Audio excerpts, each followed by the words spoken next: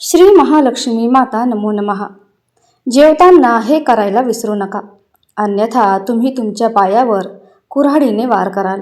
मित्रांनो, तुम्ही कधी विचार केला आहे का की आपण दररोज अन्न खातो, परंतु जेवणाच्या वेळी केलेल्या काही छोट्या छोट्या चुका आपल्या आरोग्यावर, नशिबावर आणि घराच्या सकारात्मक ऊर्जेवर देखील परिणाम करू शकतात। होय मित्रांनो, कधी कधी असे घडते की एखादी व्यक्ती खूप मेहनत करते, चांगले पैसे कमावते, मात्र घरात शांतता नाही। घरात विनाकारण भांडणे होतात, शरीरात थकवा कायम राहतो आणि हळूहळू आजार देखील घेरू लागतात। आश्चर्याची गोष्ट म्हणजे हे का होत आहे हे लोकांना समजत नाही, पण यामागे एक अतिशय साधे कारण आहे, खाण्यापिण्याच्या वाईट सवयी। होय, तुम्ही बरोबर ऐकले आहे। आपल्यापैकी बरेच जण खाण्याच्या वेळी काही गोष्टी करतात, ज्या शास्त्र, आयुर्वेद आणि वास्तू या तिन्ही गोष्टींद्वारे चुकीच्या मानल्या जातात। असे म्हटले जाते की अन्न हे केवळ पोट भरण्यासाठी नाही, तर ते आपले शरीर आणि मन या दोघांनाही ऊर्जा देण्याचे माध्यम आहे। आणि अन्न स्वयंपाकघरात बनवले जाते। स्वयंपाकघर हे सर्वात पवित्र स्थान आहे। माता लक्ष्मी आणि माता अन्नपूर्णा येथे राहतात। माता अन्नपूर्णा ही अन्नाची देवी आहे, जी अन्न साठवते। दुसरीकडे देवी लक्ष्मी व्यक्तीची आर्थिक स्थिती मजबूत करते। अशा घरात माता लक्ष्मी आणि माता अन्नपूर्णा आहेत, त्यांचे आशीर्वाद कायम त्यांच्यावर राहतील। जीवन अन्न आणि पैशांनी भरलेले राहील। वृद्धकाळात आनंदही येतो। अशा परिस्थितीत मित्रांनो, जर तुमचे नशीब कमकुवत असेल, नशीब वेळेवर येत नाही, केलेल्या कामावरही परिणाम होईल, खूप प्रयत्न केल्यानंतरही तुम्हाला यश मिळणार नाही। जितके पैसे येतात सगळे पैसे निरुपयोगी खर्चांवर, औषधांवर, अन्नावर, निरर्थक गोष्टींवर खर्च होतात, तर तुम्ही ही चूक करत असाल। होय, आपण अशा काही चुकांबद्दल बोलत आहोत। जर आपण खाताना चुकीच्या पद्धतीने वागलो, तर तेच अन्न आपल्यासाठी फायद्याऐवजी हानी पोहोचवू शकते। आज आम्ही तुम्हाला खाण्याच्या काही चुकांबद्दल सांगणार आहोत, जे बहुतेक लोक दररोज करतात, पण या सवयींचा हळूहळू त्यांच्या आरोग्यावर, आनंदावर, शांतीवर आणि नशिबावर नकारात्मक परिणाम होत आहे हे त्यांना माहीत नसते। ते हळूहळू नशीब पचवत आहे। मित्रांनो, धर्मग्रंथांमध्ये अशा काही कृतींचे वर्णन केले आहे, जे अन्न खाताना चुकूनही करू नये, अन्यथा त्याचे परिणाम आयुष्यभर टिकू शकतात। आई लक्ष्मी देखील घराच्या उंबरठ्यावर पाऊल ठेवत नाही, त्यामुळे घरात गरिबी निर्माण होते। आणि त्यासाठी व्हिडिओ काळजीपूर्वक ऐका आणि समजून घ्या। पण त्याआधी चॅनलवर नवीन असल्यास चॅनलला सबस्क्राईब करा आणि कमेंटमध्ये श्री महालक्ष्मी माता टाईप करायला विसरू नका। तर अन्न खाताना कोणत्या गोष्टी करू नयेत हे जाणून घेऊया। आश्चर्याची गोष्ट म्हणजे सर्व लोक अन्न खाताना हे काम करतात आणि त्यांना हे देखील माहीत नसते की हे काम हळूहळू त्यांचे नशीब कमकुवत करते, नकारात्मक ऊर्जा आकर्षित करते। तर नंबर 1, स्वयंपाकघराची दिशा। होय मित्रांनो, स्वयंपाकघर योग्य दिशेने असणे खूप महत्त्वाचे आहे। ज्यांना हे सोपे वाटते त्यांना कळू द्या की जर स्वयंपाकघराचे स्थान चुकीच्या दिशेने असेल, तर ते घरात नकारात्मक ऊर्जा आकर्षित करून आयुष्य दुर्दैवाने भरते। आणि जर स्वयंपाकघर योग्य ठिकाणी असेल, तर मात्र लक्ष्मी माता, अन्नपूर्णा माता घरात कायमस्वरूपी राहते। अन्नधान्याचा साठा ओसंडून वाहतो। अशा परिस्थितीत मित्रांनो, तुम्ही म्हणाल की स्वयंपाकघराची योग्य दिशा काय आहे, आणि म्हणून काळजीपूर्वक ऐका। वास्तुशास्त्रानुसार घराच्या आग्नेय भागात म्हणजेच स्वयंपाकघर असणे चांगले मानले जाते। अग्निशामक कोन कारण ही अग्नी घटकाची दिशा आहे।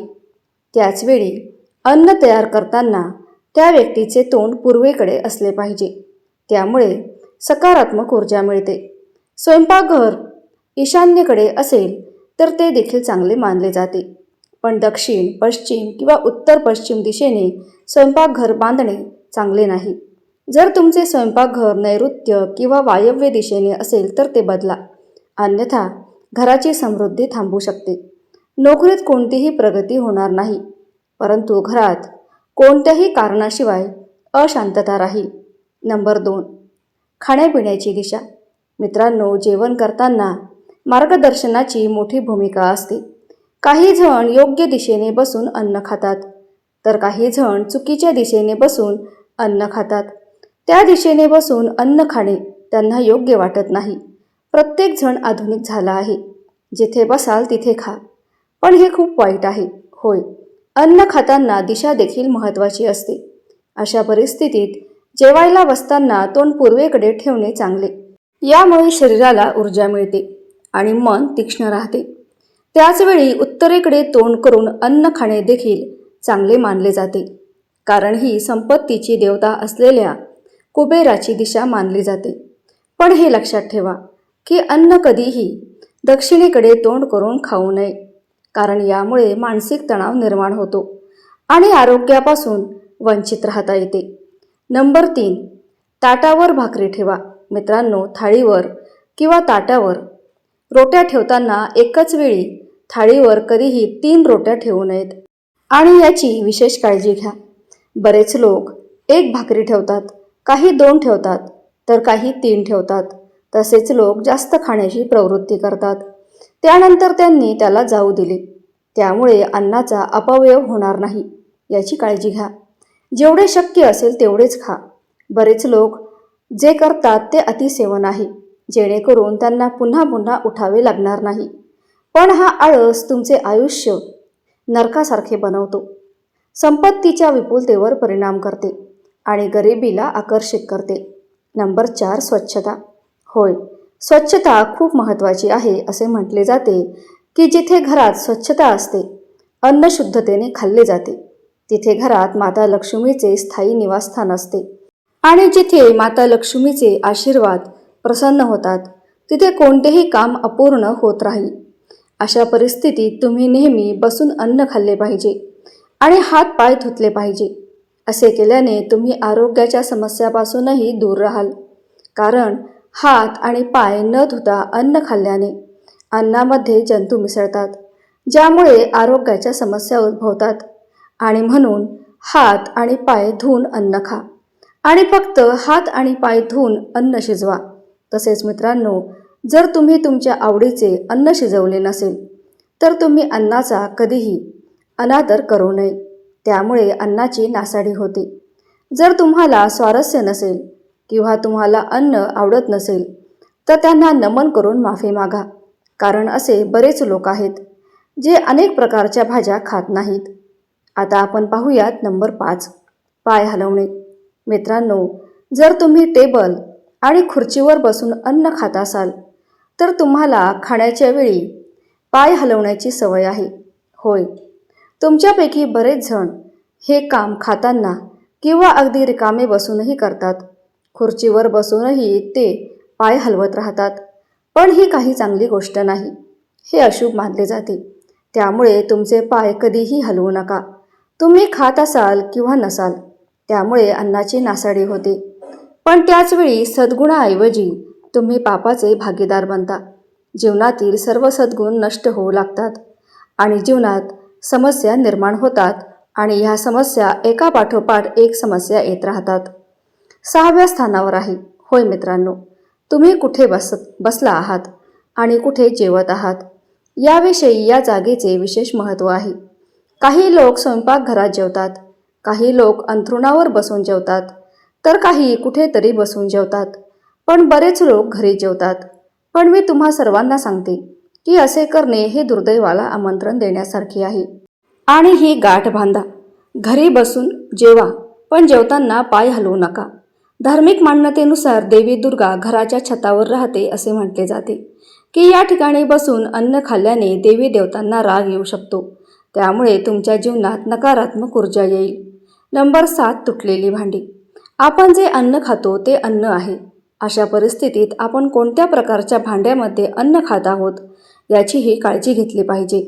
आपण ज्या भांड्यामध्ये अन्न खात आहोत ती भांडी तुटलेली नसावी, कारण तुटलेल्या भांड्यात अन्न खाणे दुर्दैवाला आमंत्रण देते. मेष राशीचे लोक घरात राहतात. अलक्ष्मी ही माता लक्ष्मीची बहीण आहे, जी दुर्दैवी गरीब मानली जाते, ज्यामुळे घरात विनाकारण भांडणे होतात. करिअरमध्ये कोणतीही प्रगती होत नाही. व्यवसाय ठप्प होतो. वास्तुशास्त्रानुसार कधीही तुटलेल्या किंवा खरकट्या भांड्यात अन्न खाऊ नये. तुमच्या स्वयंपाकघरात जर अशी भांडी तुटलेली असतील तर ती आजच घराबाहेर काढा आणि त्याऐवजी नवीन ठेवा. तर मित्रांनो, हे असे काम होते जे अन्न खाताना करू नये. अन्यथा या छोट्या छोट्या चुका हळूहळू व्यक्तीला दुःखी करतात. तुम्हाला काही समजत नसल्यास किंवा काही प्रश्न असल्यास तुम्ही आम्हाला कमेंटमध्ये विचारू शकता.